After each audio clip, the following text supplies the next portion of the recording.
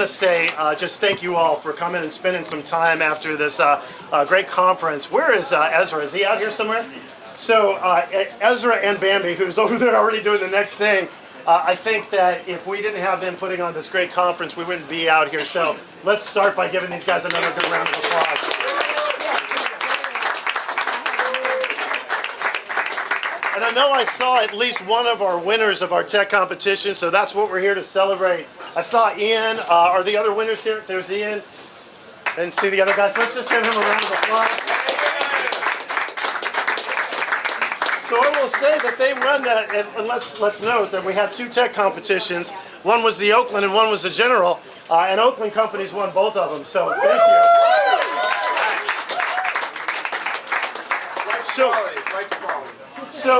So Ezra and I were introduced, and we had coffee over at this little coffee shop, 817, and it's on 817 Washington.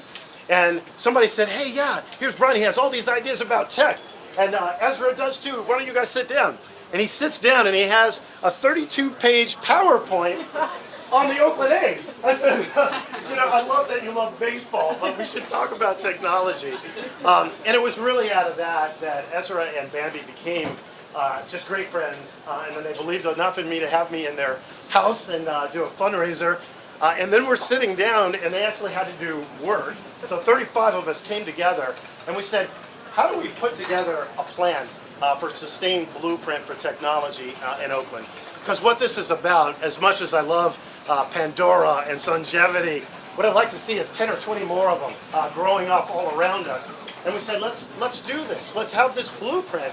And then Ezra and Bambi said, well, they're in the business of doing these things, meaning holding technology conferences. So why don't we have one in Oakland?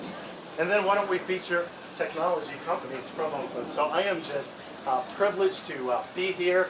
And the other innovative component of this, of my campaign so far has been Bitcoin. And I'd like to thank my old boss here, who I was his COO at Affinity Media. And I think, hopefully you guys agree, that our Bitcoin panel was not just innovative, but provoking. So I would like, thought-provoking. So give Brock and all the Bitcoin guys who are all here. So I'm gonna make this super quick. I don't know if you guys have heard, but I'm also running for mayor of Oakland.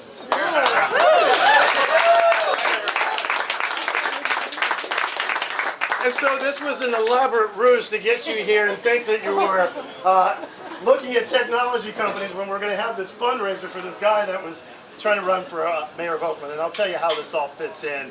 But I couldn't be more pleased to be a part of this. And I say just a part of this.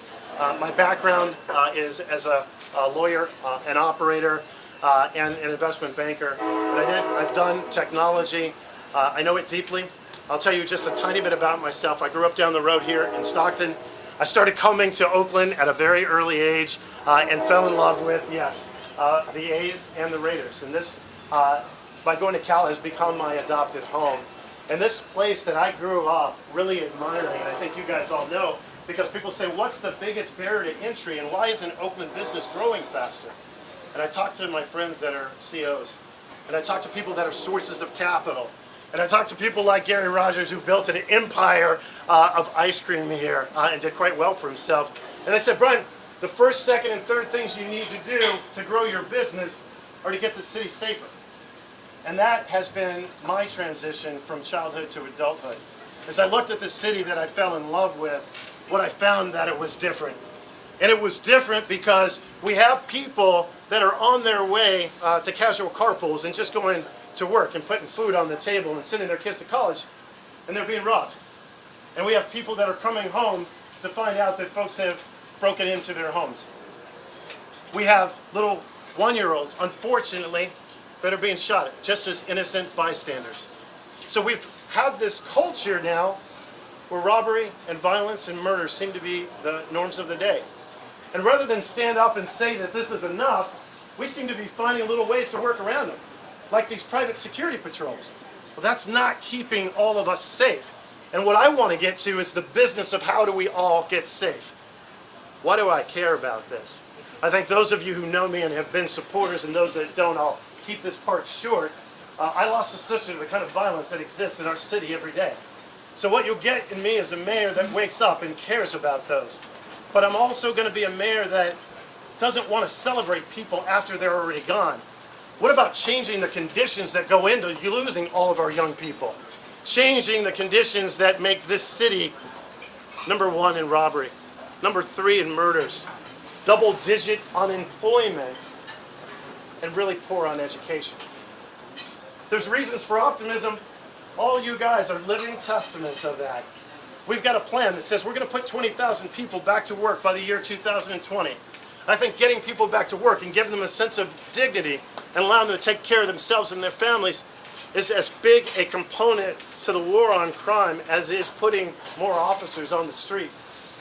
Those industries will be the port, where I'm a commissioner, will be healthcare, retail. Any of you who have tried to buy stuff in Oakland, you'll now be able to buy it, but the better thing is we'll be able to keep that revenue right here. Can anybody guess the last sector of the jobs plan? Tech. Well, there's one smart one here. Yes, tech. We're going to build up tech. $250 million, Berkeley, Emeryville, and Oakland combined, of the more than $12 billion that was raised last year. Doesn't make sense. We've got a great university right down the street. We've got a lot of great infrastructure. If we had a modest 10% of that, that would be a new infusion of capital of $1.2 billion.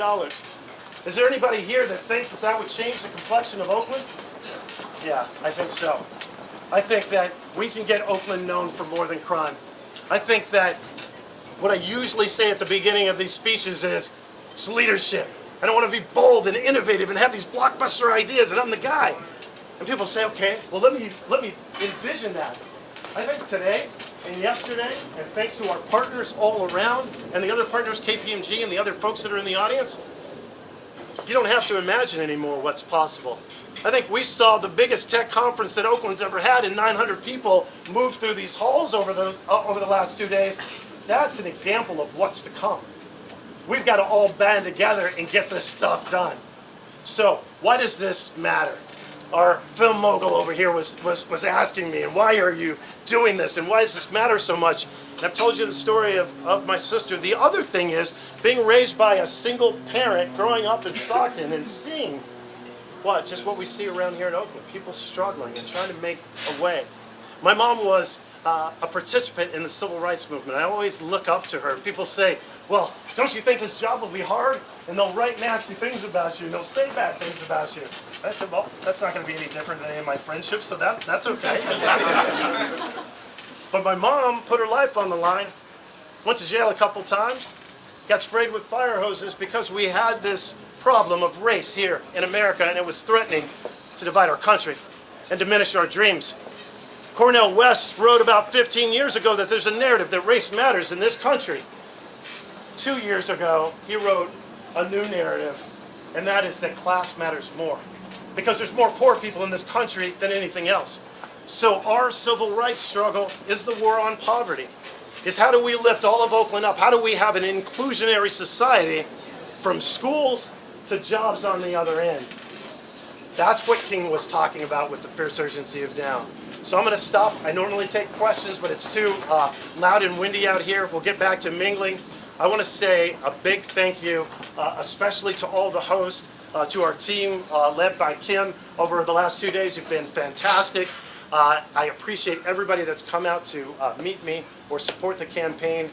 We've done pretty well so far. We've been leading this thing in terms of funds raised. So if you've been inspired, help us keep going.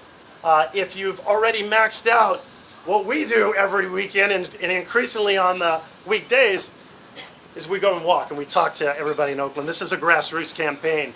And over the course of March and April, and we'll continue, I want to share some things of what we've done with your money. We've gone and we've talked to and knocked on 30,000 doors. We've called 30,000 people. This is all thanks to her husband back there. We have 180,000 robocalls that have gone out, including the last one from my mom. And so when I got to this door a couple of weeks ago, this lady says, you got signs around here. I got called by one of your volunteers, and even your mama called me. Yes, I'm voting for you. So we did put the signs up. We had commercials. We're getting our name out, but we need to do more. And I hope that if you believe in this vision that I've articulated tonight, that you'll join us, that you'll jump in whatever small way it is. I apologize that we do have a candidate debate tonight, so I am going to run off to that just so they won't say that I'm not in the race anymore.